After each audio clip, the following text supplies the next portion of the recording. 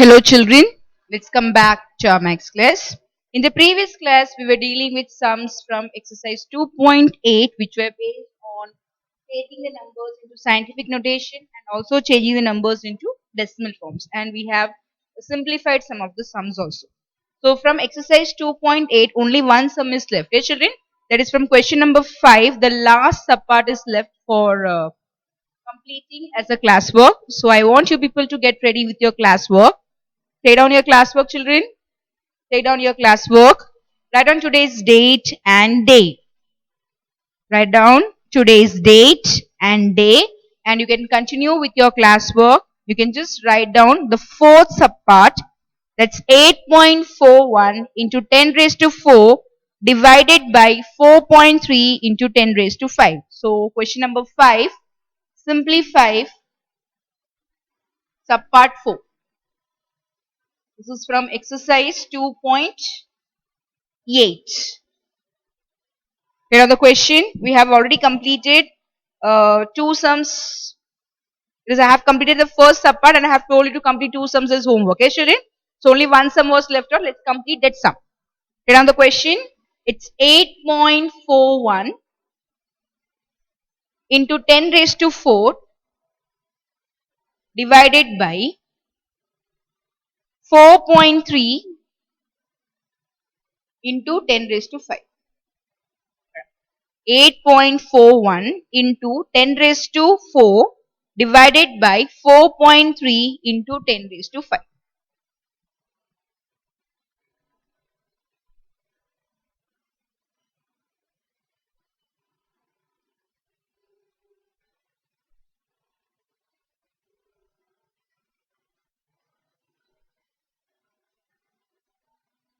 Have you copied the question, children? Okay, let's work out on the sum. Let's start with the sum. So here we had all the different operations. Yes, the first sum was based on addition. The second sum was based on subtraction. The third sum was the multiplication, and now the fourth sum deals with the division. So let's write down this in a division form. So I'm just going to write down this as 8.41 into 10 raised to 4 upon 4.3 into 10 raised to 5. So we have just written in the form of numerator upon denominator. So you know how to write down the division. It will be written in the form of numerator upon denominator. So write down it as 8.41 into 10 raised to 4 upon 4.3 into 10 raised to 5. Okay children, now just listen to me carefully. Now how many tens do you have in the numerator part? How many tens are there? 4 tens are there. 10 raised to 4, that means 10 into 10 into 10 into 10. Total number of tens? 4. How many tens are there in the denominator part? 5. 10 into 10 into 10 into 10 into 10. So now first of all we are just going to cancel out the common tens. So in the numerator I can cancel all the 4 terms. That is 4 tens will go. All the 4 terms means 10 into 10 into 10 into 10. 4 tens will be there. All the 4 will be cancelled. And here out of 5, 4 will be cancelled and only 1 will be left. So here how many tens were there in the numerator? In the numerator you were having 4 tens and in the denominator you are having 5 tens. 1, 2, 3, 4, 5. So what happens? 1, 2, 3, 4 gets cancelled. So what is left? In the denominator only 1 10 is left. So here 10 raised to 4 and from 10 raised to 5, 4 10 goes off and only 1 10 will be left. So let me write the step over here. So I get here 8.41 upon 4.3 into 10. But 10 goes here and here only 1 10 is left. So I get 8.41 upon 4.3 into 10 raised. This 10 raised to 1 or you can just put here 10. Enough. Okay, now what I'm going to do is I'm just going to write down or I'm just going to change the position of the decimal point over here. So I'm just going to shift this to the right side. So which direction I'm going to move? I'm going to move the decimal point to the right direction. I have told you that whenever you are going to shift the decimal point towards the left, when you're shifting the decimal point towards the left, you have to write the power in terms of positive. And whenever you will shift the decimal point from the left to the right side, you have to write the power in terms of negative. Are you getting my point, children? So do not forget the steps you have to remember. Whenever the decimal points position is being changed. So be careful with the position, whether it's going to move to the left side or the right side. If it goes to the left side, you have to take the power as positive. And if it goes to the right side, you have to take the power as negative. This is a very important thing that you have to remember when you do your scientific notation. Okay, children? Okay. Now let's come to the next step over here. So what you have here, you have 8.41 upon 4.3 into 10. Okay, done. I'm just going to shift the decimal point to the right side. So what does it mean? I have to take a negative power. So I get here. So the decimal point is over here. Okay, children. So it comes over here. 1, 2. So I'm just going to bring it after 1. So how many positions I have changed? I have moved to 2 positions. So I get the answer as 841 into 10 raised to minus 2. Are you clear with the point? You see here, children, where was the decimal point? It was after 8. So now where I have shifted? I have shifted the decimal point after 1. So how many positions have we moved? 1, 2. So what do you get here? 10 raised to minus 2. Why I put here minus 2? Because I am just moving the decimal point to the right side. I have told you whenever you go for a left and the right side, just imagine the number line. So whenever you have a number line, the middle part is the origin, the right side is a positive number. You have your 1, 2, 3 and so on. And the left side you have the negative number. So the positive number is the right side. So when you move to the positive side, that is the right side. And when you come to the negative number, you are moving to the left side. So just think of a number line when you are having confusion for left side and right side. Okay, so what I get in the numerator part? I get 841 into 10 raised to minus 2. Okay, I have done the changes in the numerator part. Let me see for the denominator part.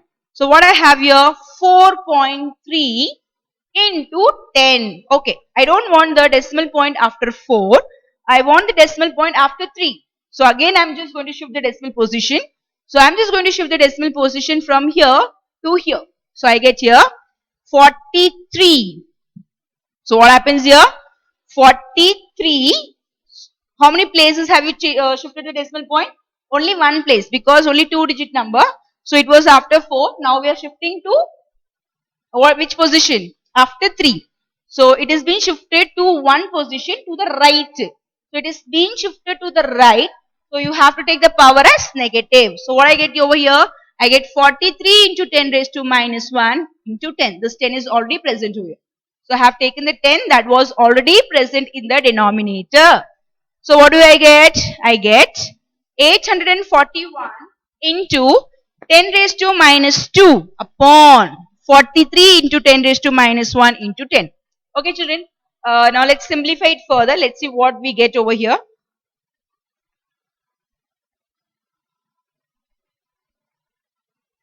Okay. I'll just keep the numerator part as it is. Okay. It's 841 into 10 raised to minus 2. Now this is 43 into 10 raised to minus 1 into 10. I have already told you. Here you can just take, consider the power as 1, because how many 10s are present? Only one 10. Okay.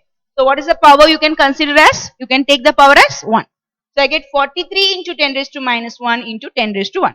Let me do the simplifications in the denominator part. This is a raised to m into a raised to n. We have already noted down the law of indices, children. So you have to remember the law of indices. You have to follow the law when you simplify some of the terms. Okay, so what you have here, a raised to m into a raised to n.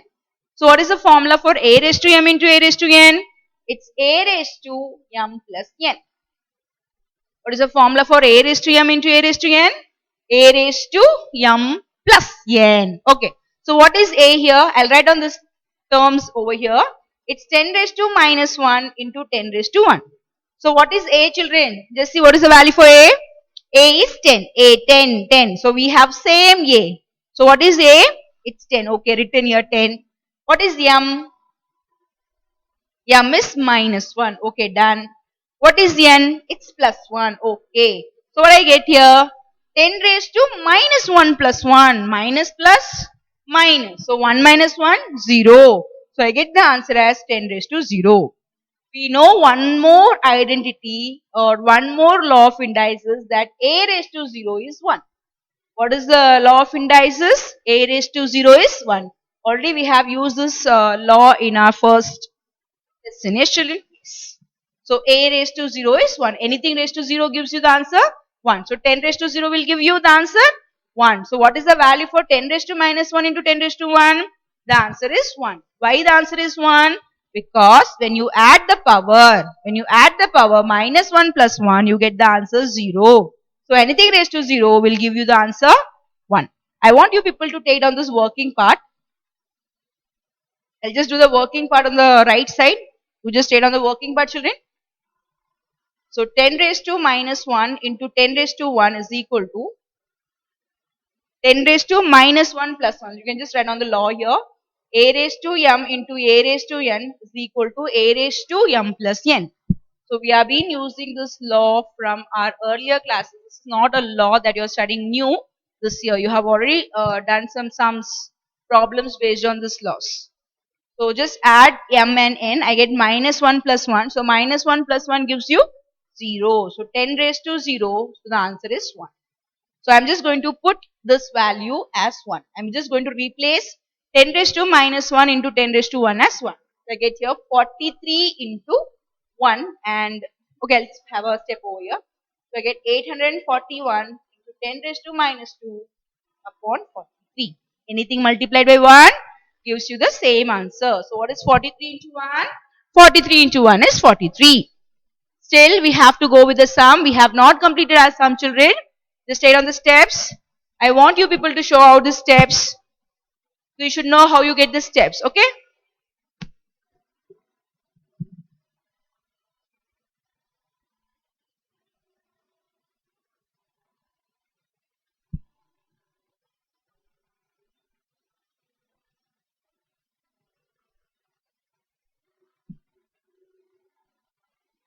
Okay, so now let's move further. So now we have a number 841 upon 43. So we are going to divide 841 by 43. Let's show the division over here. So again, you can show the division in the right corner. Show the division. I'm just going to show here because the place is not sufficient for me.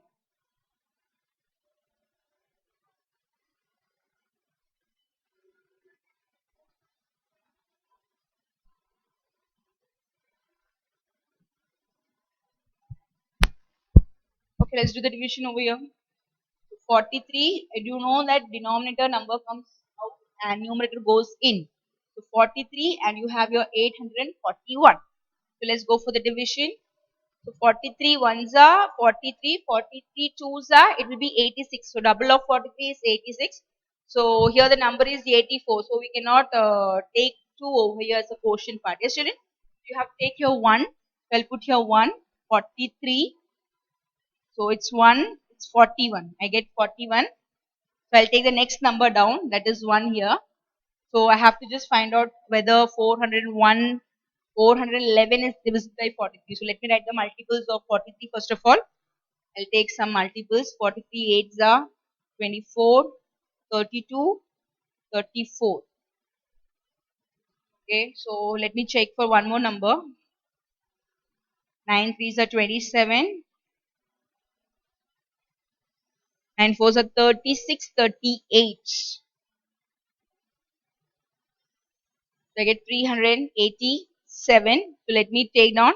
It is 9 tables. So 43 into 9 gives you 387. So let's go for the calculation. So 11 minus 7 gives you 4. This turns to be 0. This turns to be 3. So 10 minus 8 is 2. Get 24. So 24 is will be not divisible by 43 because it's smaller than 43. So I'll just introduce a decimal point over here. So once I introduce a decimal point, I can add 0. So let me add here 0. Okay, I'll just put here 0. So what I'll get here? 43 fours are 12, 16, 17. 43 fives are 15, 20, 21. 43 six are 18, 24, 25. Okay, so 43 into 6 gives you 258. This is 240. So I cannot take 258. So I have to take the smallest number of 258. So I can take the number 215. So which is 5 times. So 43 into 5 gives you 215. So just put here 215. So try to do the simplifications. 10 minus 5, 5. 3 minus 1, 2. So this 2 minus 2 is 0. So I'll just introduce here once again 0. At least we will find out two decimal places. Okay, children. So already we have found one number after the decimal point. We will find out one more number. So 250 means again 258 is not possible. This is a bigger number. So I have to take a smaller number than 258. So I cannot take this number because 258 is bigger than 250. Yes, children? So you have to take a smaller number, that is 215. So again I get here 5 times and 250. So it's 5.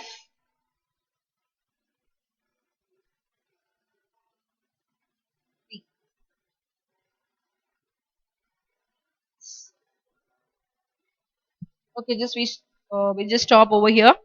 No need to do it further because we just can go on getting the answers. So leave it here.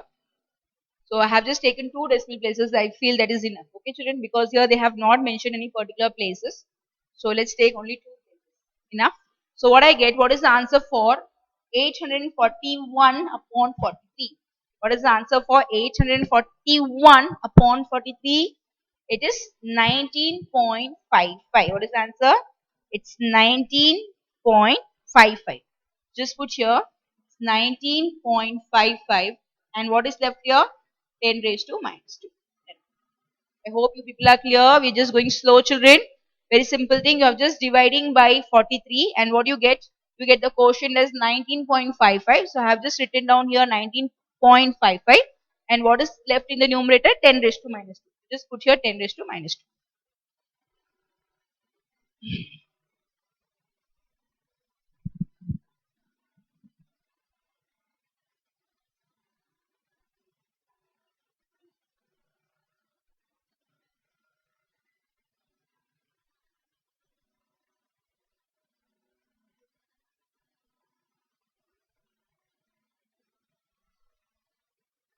Have it completed, children? Okay, now let's do further simplifications. You have 19.55 into 10 raised to minus 2. So what I'm going to do is, I'm just going to shift this decimal to the front part. So I'm just going to use the positive power. I'm going to shift this decimal over here. So I'm just going to shift it one place, but I'm going to shift it to the left side. I have told you, just think of a number line. When you just go to this side, it is moving to the left side, and when you just go to this side, it is the right side.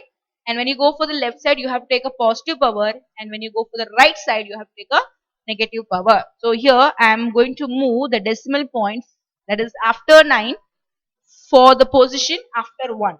So we are just shifting this to the left side. So what do you get here? This is 1.955 into 10 raised to 1. Why I am writing a 10 raised to 1? Because I have shifted to the one place to the left side. So I'll get a power 1. So I get 10 raised to 1. This is into 10 raised to minus 2. Okay.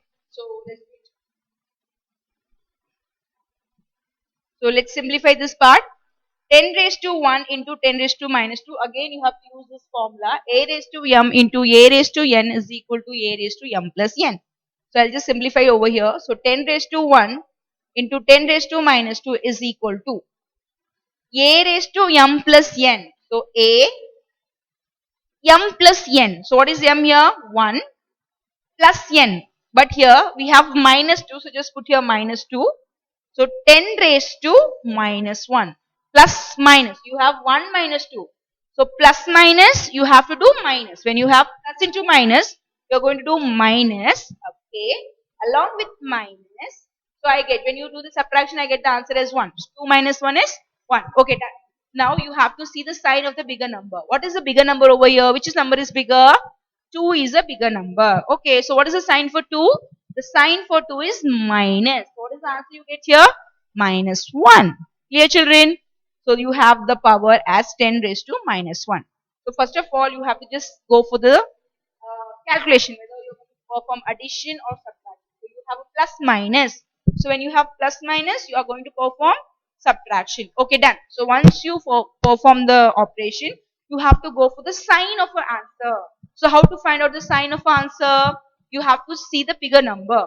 So what was the bigger number here? 2 was the bigger number. What was the sign of 2? It was minus. So the answer will also contain the negative sign. So what is the answer you get here? 10 raised to minus 1. So I'll be just writing down here 1.955 into 10 raised to minus 1. So this is the answer that we get for the sum. So your answer is 1.955 into 10 raised to minus 1. I have just taken 2 decimals after the decimal point. That's enough. Okay, children? Because here nothing is mentioned. They have not mentioned any places.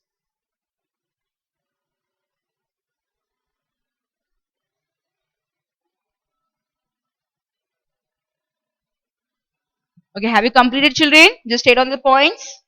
State on the steps properly.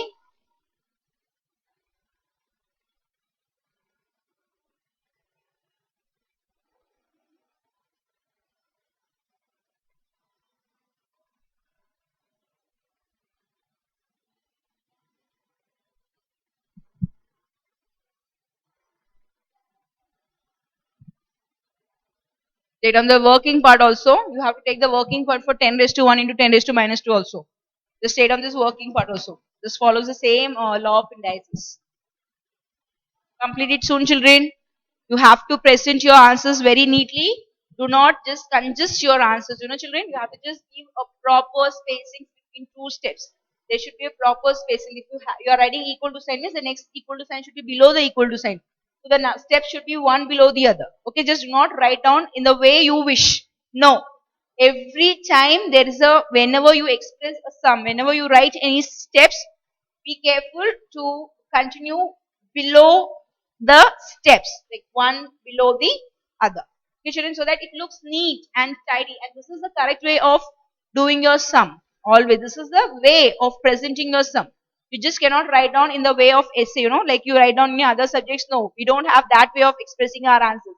We have to express our answers step by step, and it should be one below the other. So your presentation is very, very important. Okay, so with this we complete our exercise 2.8. Okay? And I just want you people to complete exercise 2.9. You have around 20 sums, only 20 sums are there. And you know how to complete this multiple choice questions. You'll be writing down the question and the answer. So you're going to write down this multiple choice question as a fill up type. So what you have to do, you have to write down the question and you have to write down the correct answer. No need to write down the choose and everything. Here totally 4 options are given. So you're not going to write down the 4 options. I don't want that 4 options. You'll write down the question and the answer directly over here. So wherever the answer is needed, you have to write down the answer. Getting my point, children? So you are going to write down this as a fill up type. So total you have 20 questions and your homework is to complete exercise 2.9. Homework, complete exercise 2.9. 20 sums, all the 20 sums as a fill up type. Are you listening to me? You are not going to write down the options. I don't want any tick over there. No. You are just going to write the question and the answer. Question and the answer. Question and the answer. Okay, children. So with this we complete our lesson 2, that was real numbers. So it was a lengthy chapter and we have studied many things. Let me just have a glance from the back of the unit. So we have seen what was scientific notation. Yes, children. So we learned how to write the numbers in scientific notation, and also we have learned how to write the numbers in decimal form. That was under scientific notation. Okay, then we have seen how to rationalize the denominator and how to simplify it further. So we have also seen how to rationalize the denominator. Why we rationalize the denominator? Because we never keep the root in the denominator part. So whenever you have a root in the denominator part, you have to take the conjugate of it, you have to multiply and divide by it, and you have to get the answer. That is what you call as rationalization. Okay, children, so that we saw in exercise 2.7, and in exercise 2.6 we have just used some of the basic operation on surds. That is, we have learned addition of surds, we have seen how to subtract the surds, then we have seen how to multiply the surds and also how to divide the surds. So there were some basic properties. We used the properties and we simplified the surds. That was we deal with all the four operations. Eh, children? That was in exercise 2.6 and 2.5.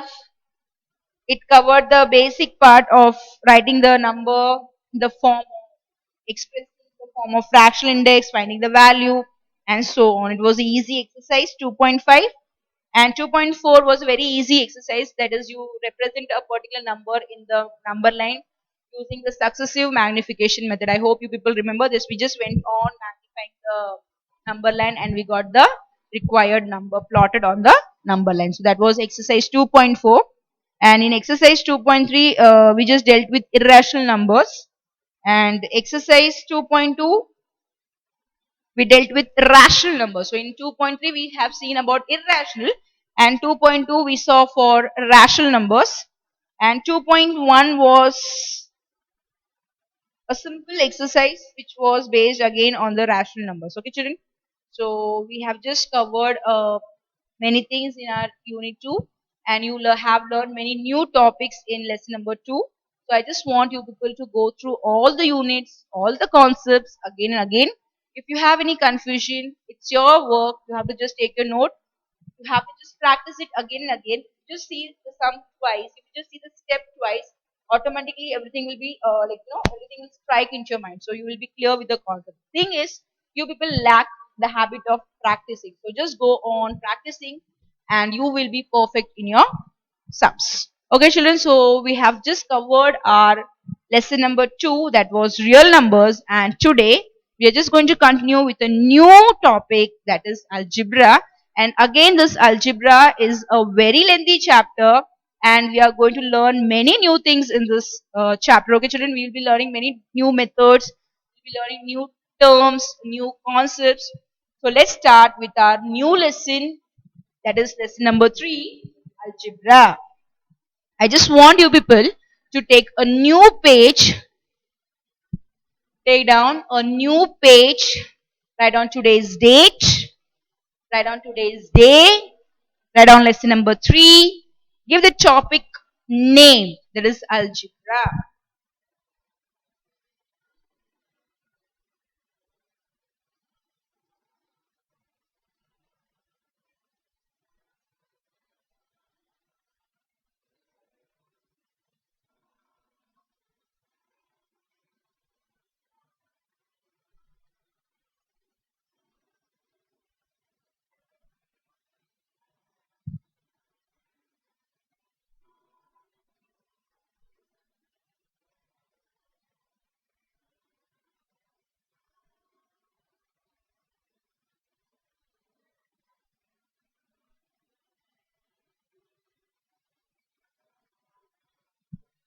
Have you taken down a new page? Have you written all the details? Okay, good.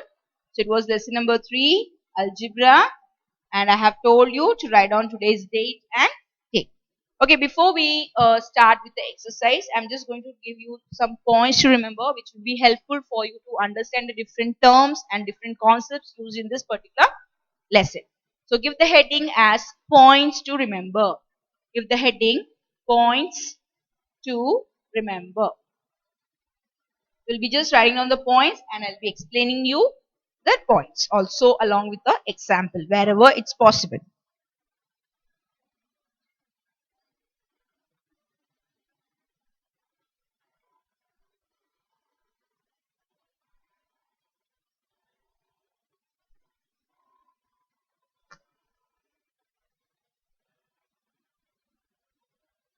Give the heading as points to remember.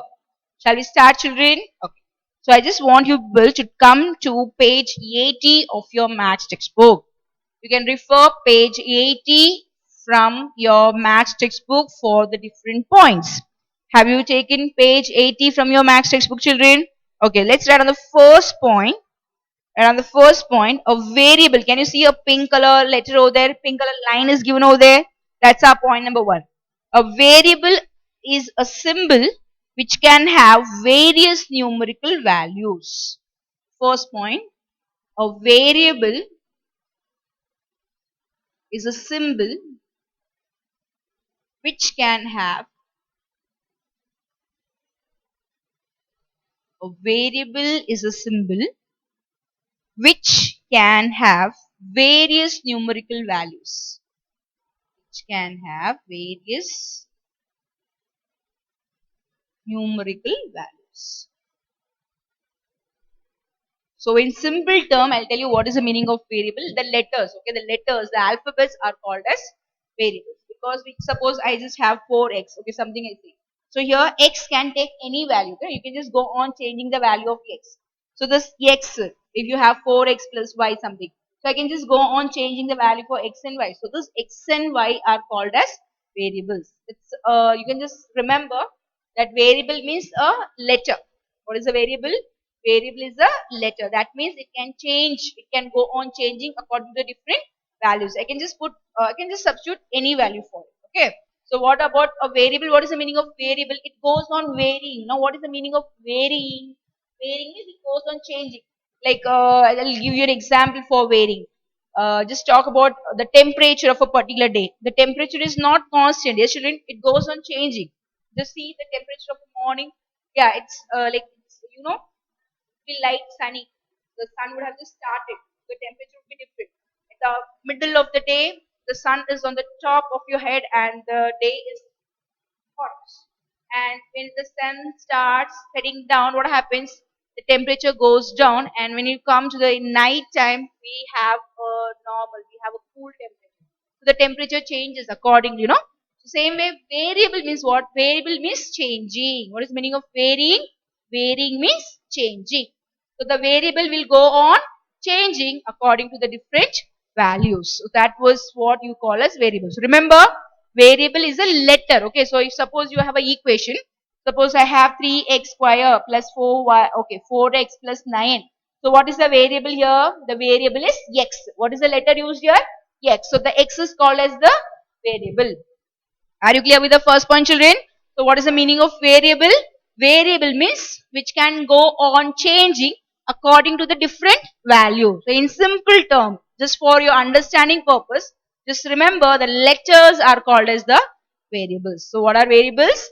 The letters are called as variables. Clear, children? Okay, now coming to the second point. So just the next para, again the pink color line.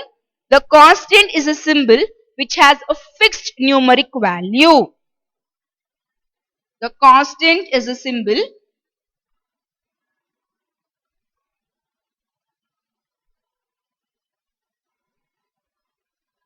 which has fixed numeric value. This is point number 2. A constant is a symbol which has a fixed numeric value. Now what is the meaning of constant? Constant means it's never going to change. Never. It will never change. The value will be a fixed value. The constant is a symbol which has a fixed numeric value. You are not going to change the value. A dozen. So what is the meaning of a dozen? A dozen of apple. I bought a dozen of apple. I bought a dozen of mangoes. I bought a dozen of eggs. That means the value, dozen means 12. Okay, so that 12 is not going to change. So what do you mean by dozen? Dozen means it contains a number of 12. So 12 mangoes there or 12 apples. So dozen is not going to change according to, for apple it is not going to be 13. For mango it is not going to be 15. Whatever product it is going to be, the quantity is going to be the same. Dozen means 12. Whether it's a dozen of apple, yeah, you have 12 apples. If it's a dozen of mango, surely you're going to have 12 mangoes. A dozen of eggs means again you're going to have then 12 eggs. So dozen, that means a fixed value. So a constant is a symbol which has a fixed numeric value. So what is the meaning of constant? It will never change. What is the meaning of variable? It will go on changing. They are opposites. Variables and constants are opposites. Constant will never change. Variable will go on changing. So right on the second point, the constant is a symbol which has a fixed numeric value.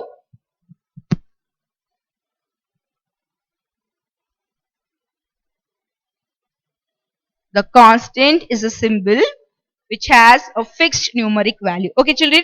Now let's go for the next point. So the next point is in page 81. We are going to write down the definition for algebraic expression. Let's see what is algebraic expression. An algebraic expression is a combination of constants and variables combined together with the help of the four fundamental signs. So how is a algebraic expression formed? An algebraic expression is formed by the numbers and the letters, and along with the numbers and the letters, what else is present? We have four. That is, you may have four fundamental signs. That is, you may have addition sign, you may have subtraction sign, you may have multiplication sign, and you may also have a division sign. Getting the point, children? So how is an algebraic expression formed? An algebraic expression is formed by a variable, a constant, and the four fundamental signs. That it can be a addition, subtraction, multiplication, or a division. I hope you people are getting the idea. So what is the meaning of variable? So what is a variable? The letters in the expression will be called the variables. The numbers used will be called a constant.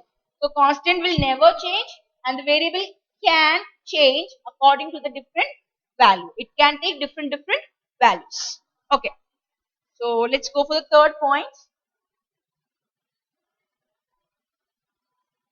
And on the third point, children, come on. An algebraic expression. Third point.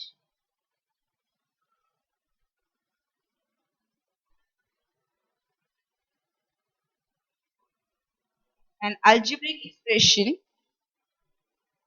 is a combination of constants and variables. Is a combination of constants and variables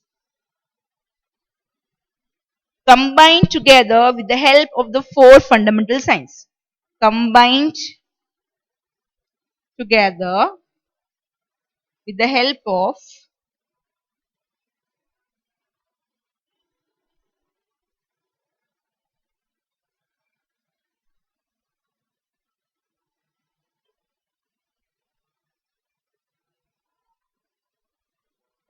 four fundamental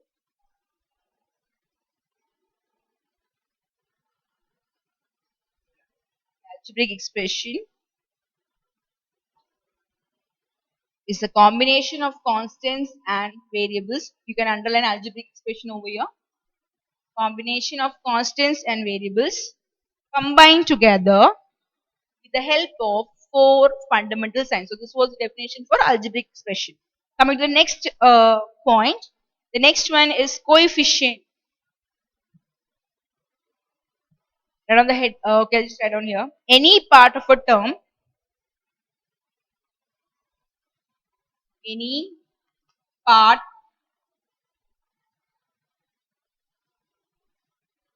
of a term, any part of a term that is multiplied by the variable of the term. Any part of a term that is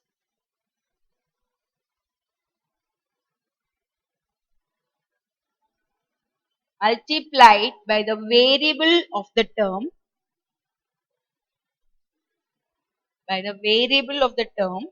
is called the coefficient of the remaining term. It's called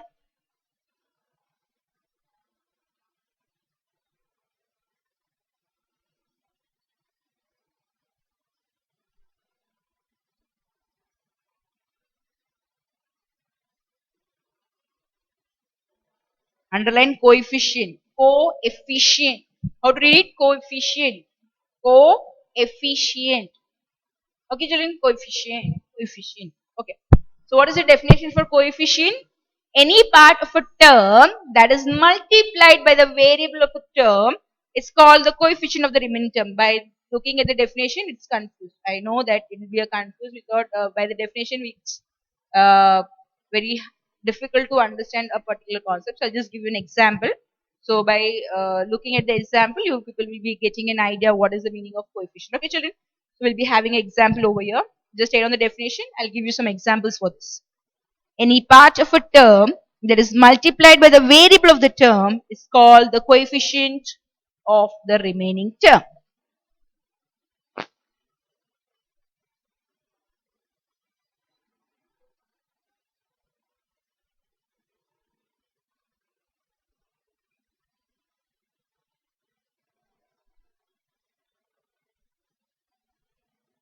Have you checked on the definition, children?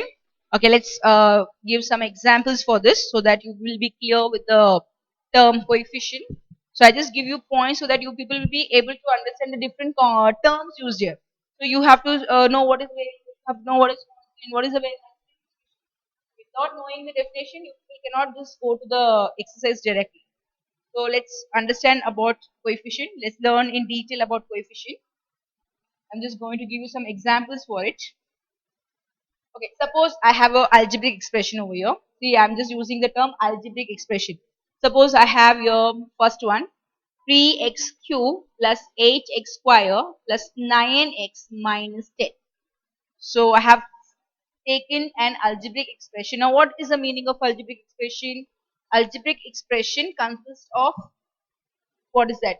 Constants and variables. So what is a constant? The numbers. Okay, so we have numbers here. What are the variables? The letters used here. So what are the letters here? X is used over. Yes. So you have a constant, you have a variable. Okay, along with constant variables, what is present? Some fundamental signs. It's not compulsory that all the four symbols should be present. Any one of the operations can be present. You may have only addition, you may have only subtraction, you may have only multiplication, or you may have only division, or there may be a combination of the. So here we have an algebraic expression which contains four terms, 1, 2, 3, 4. So number of terms, four terms. So you have a numbers. Okay, we have a number over here.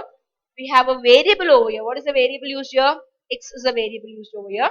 And along with the numbers and the letters, you have some signs. So this is called as algebraic expression. So what is this called as, children? It is called as an algebraic expression because we have just seen the definition for algebraic expression. It is a combination of constants and variables and four fundamental signs. With the help of four fundamental signs. Clear with the algebraic expression? Okay, now here I was talking about the coefficient. Let me tell you in detail about coefficients. So here total number of terms we have 1, 2, 3, 4. So mostly coefficient will be present with a variable. Okay, so where the coefficient will be present, the coefficient will be present with a variable. So now here, what is the variables we have here? We have a variable over here. We have a variable over here, and we have a variable over here. What is the meaning of variable? It is a letter. Where is the letters present? Yeah, the first term letters are there. In the second term letters are there. In the third term letters are there. Okay, so I just want to know what are the coefficient of different terms. Just see here. So I'll just put here coefficient of, write down here properly. I'll just write down coefficient of x cube. So what is coefficient of x cube? What is the number that is multiplied with this variable? You see, any part of a term that is multiplied by the variable. So what is multiplied by the variable here? I told you that x is a variable. So what is multiplied with this variable? Yeah, 3 is multiplied. So that number is called as the coefficient. So what is the coefficient here? The coefficient is 3. So what is the coefficient of x cube? The coefficient of x cube is 3. Okay, done. Now coming to the next term, let's go for the next part. X square. So what is the coefficient of x square? What is the number multiplied to x square? 8. Yeah. So 8 is the coefficient. So just put here coefficient of x square is 8. So coefficient of x square is 8. Next one, let's come to the next term. It's x. Again, we have a variable over here. X is a variable. So what is multiplied to that variable? 9 is multiplied. So just write down here. Coefficient of x is 9. So coefficient of x cube is 3. Coefficient of x square is 8. Coefficient of x is 9. Are you clear, children? How to find out the coefficient? So whenever you are being given with a variable, just check for the number that is multiplied to it. So what is multiplied to x cube? 3 is multiplied. So 3 is called the coefficient of x cube. What is multiplied to x square? 8 is multiplied to x square. So what is the coefficient of x square? 8 is the coefficient of x square. What is multiplied to x? 9 is multiplied to x. So what is the coefficient of x? 9 is the coefficient of x. Are you clear with the term, children? Okay, I'll just give you one more example and we will continue with the next point. So take down the next example.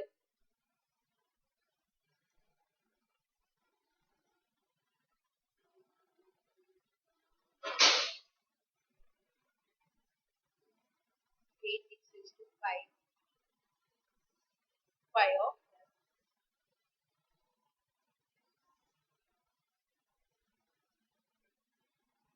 So I have just taken algebraic expression. Now this is an algebraic expression.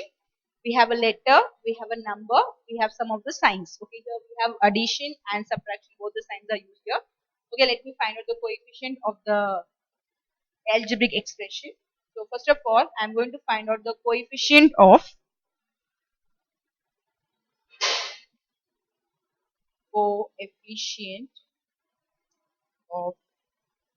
x raised to 5. So what is multiplied with x raised to 5? The number 8 is multiplied with the coefficient. That is the number 8 is multiplied to the variable x. So you have to write down the answer as 8. So coefficient of x raised to 5 is 8. Okay. Now coming to the next one, we have your x square also. So write down the coefficient of x square. So coefficient of x square. What is the coefficient of x square? So what is being multiplied to x square? What is multiplied to x square? 3. Okay, done. But along with 3, you have a sign also. Yeah, you have a minus sign. So whenever you go for the coefficient, you have to consider the sign also. So you have to include the minus sign. So coefficient of x square is minus 3. So what is the coefficient of x square? Minus 3. Are you clear, children? So what is the coefficient of x raised to 5? It's 8. That is 8 is multiplied to x raised to 5. So I say that coefficient of x raised to 5 is 8. So what is multiplied to x square? Minus 3 is multiplied. So minus 3 becomes the coefficient. So whenever you write the coefficient, children, you have to consider the sign also. Okay, children? Just think of the sign also. Now coming over here, we have x. So no number is mentioned here. So what does it mean? You have to take the coefficient as 1. If no numbers are there, it means the coefficient is taken as 1. So you have to write down here coefficient of x is 1. Write down the answer. So coefficient of x is 1. So we have completed the coefficient part also.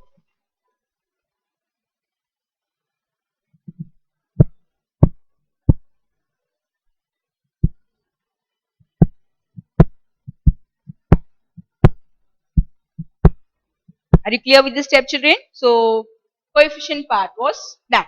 Now coming to the next point. And on the definition for polynomials now. So we'll have a next definition. Again, it is in page 81 only, children. The heading is the polynomials. This was point number. First one was variable, second one was constant, third one was algebraic. Okay, fourth one. So now I have to take down the fifth point. Yes, write down your fifth point.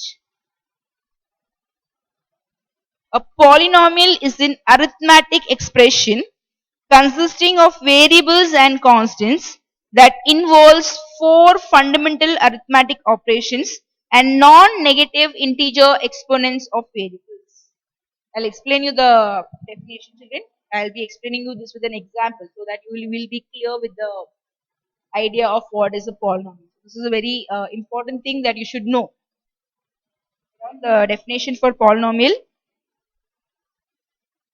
A polynomial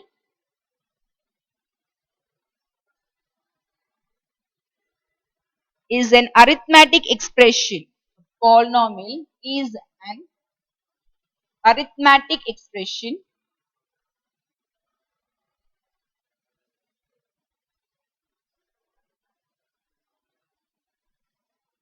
consisting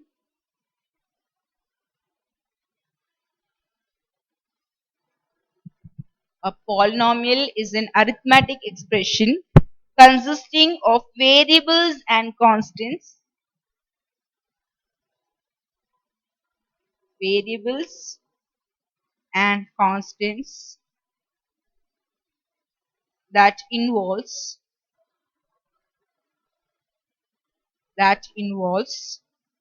four fundamental arithmetic operations, that involves four fundamental arithmetic operations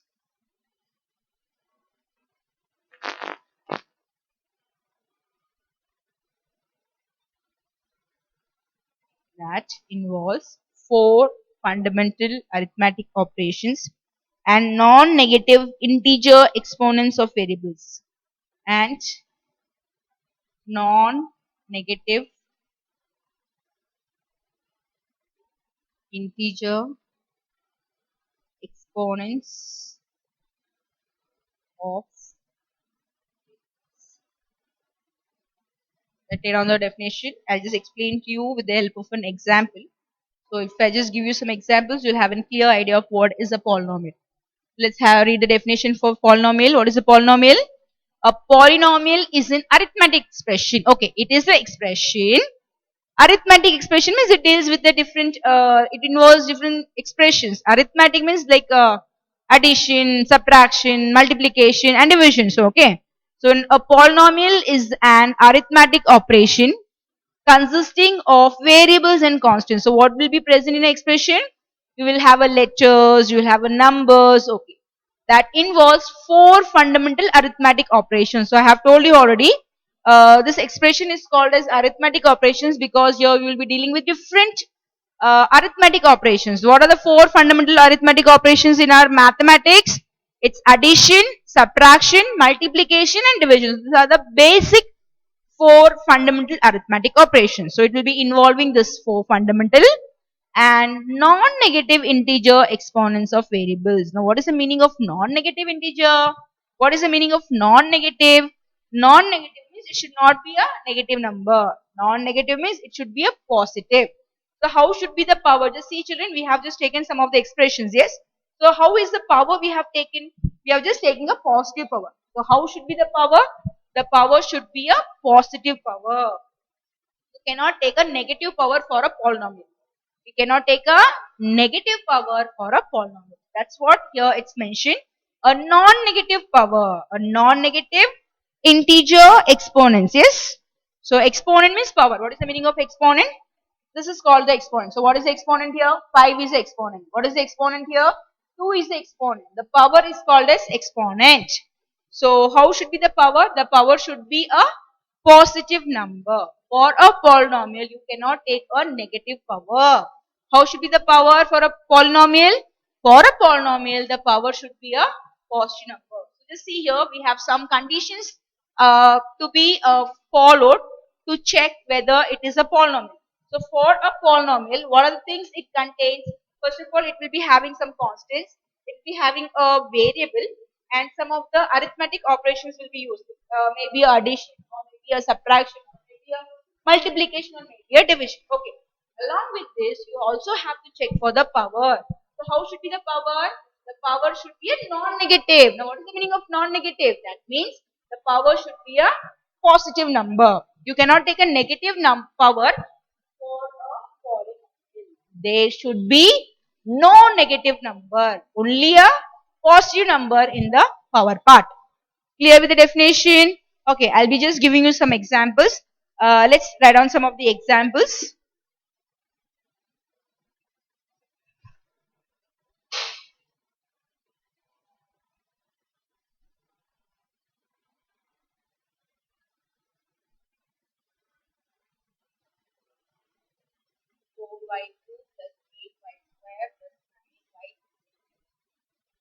So here in the previous examples, I took the variable as x. I took the letter x as children.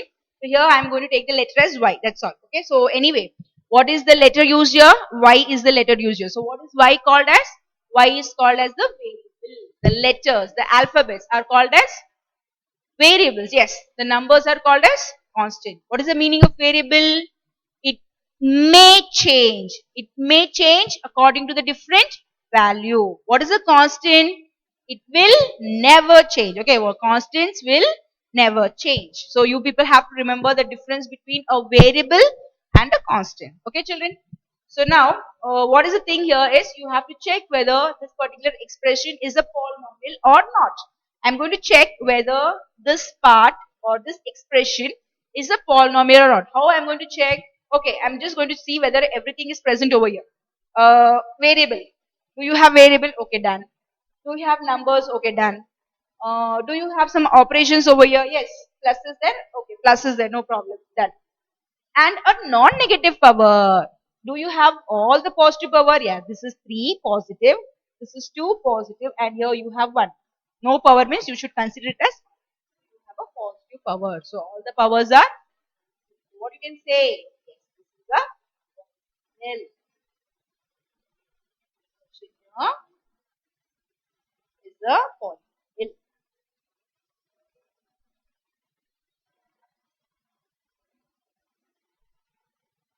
Okay, children. First one is a polynomial. Why is a polynomial? You have variables, you have constants, all the sum of the arithmetic operations are involved, and also the powers are positive. Okay, let me give you one more example, and you just check it whether it's a polynomial or not. 4 by 4y raised to minus 3 plus 8y square plus 9. So I have just taken expression. It's 4y raised to minus 3 plus 8y square plus 9. What is the expression? 4y raised to minus 3, 8y square plus 9. Okay, let me check whether it is a polynomial. The thing is, just go on with the definition. Is it consisting of variable? Yeah, you have a letter. Okay, done. Do you have numbers here? Okay, done. Do you have some arithmetic operations? Okay. What about the power part? You have a positive power, okay, but along with the positive power, power is negative also. What type of power here it is? It is a negative power. That's not allowed. What is the definition for polynomial? You should have a non-negative power. But how is the power here? It is a negative power. So you have to say that it is not a polynomial. Non, it is not a polynomial. Are you clear, children? So why it is not a polynomial? It is not a polynomial because it contains a negative power. So just you can say here because one, how you'll say, wait, I'll just give you the statement here. Okay, one of the power is negative, simple. It is not a polynomial because one of the power is negative. Are you clear, children? So how to check for the polynomial? So remember to follow for the different conditions that is being given in the definition. So if you just know the definitions, the work becomes very easy and very simple. You can just follow up your definition and you can just complete your work. Okay, children? So now it's time for your homework. I just want you to give some of the homeworks. Just listen to the homeworks carefully, children. You are going to complete.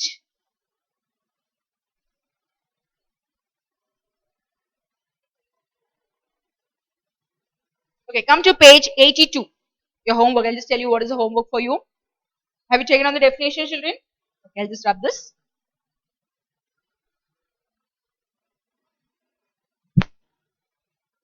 Your homework is to complete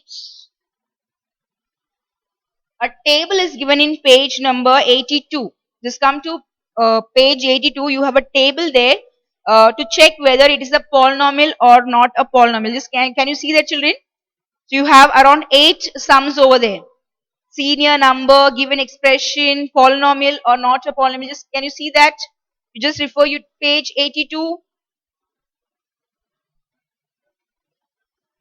just show it to you. I hope you can see here. So you have this table over here. So 8 questions are there. You have been given 8 questions. So you have to just present in the same manner how it is in the textbook. You're going to draw columns and you're going to draw rows. You're going to write down the heading as senior number. You're going to write down given expression. You're going to write down polynomial or not a polynomial. Then you're going to write down the reason here. So they have just given you some of the different expressions. and they have given you the reasons over here why it is a polynomial or why it is not a polynomial. You're going to complete this 8 sums as your homework. Are you getting my point, children? So you're just going to copy down this example as your homework. Are you clear with the homework part? The homework part is from page 81, the table. Complete the don't write the table. Table doesn't mean that you have to write on that. You have to write on the table for polynomials, okay? So this is one part that you're going to do for homework. And along with this, you have some more work, children. You're going to complete 3.1, question number 2. Question number 2 full will be a homework. With question number 2, you have 5 questions only. Full means you don't have a huge work over there. From exercise 3.1, you're going to complete the second question, first subpart, the second subpart, the third subpart, the fourth subpart, and the fifth subpart. I just don't want you to give you the first question. Uh, some sums are there which are tricky sums, so I just want you to give some ideas for the first question, and then I'll give you some sums from first question. Okay, children? So what is your homework for today? Your work is to complete the 8 sums for polynomial, and along with this you're going to complete second question from exercise 3.1. You have 5 subparts. They're given the question, find the coefficient for x square and x. So you have to just write on 2-line answer, coefficient of x square, write down the answer, coefficient of x, write down the answer. Just complete your work and get the answer. That's all, and I'll be continuing with the remaining part in the next class.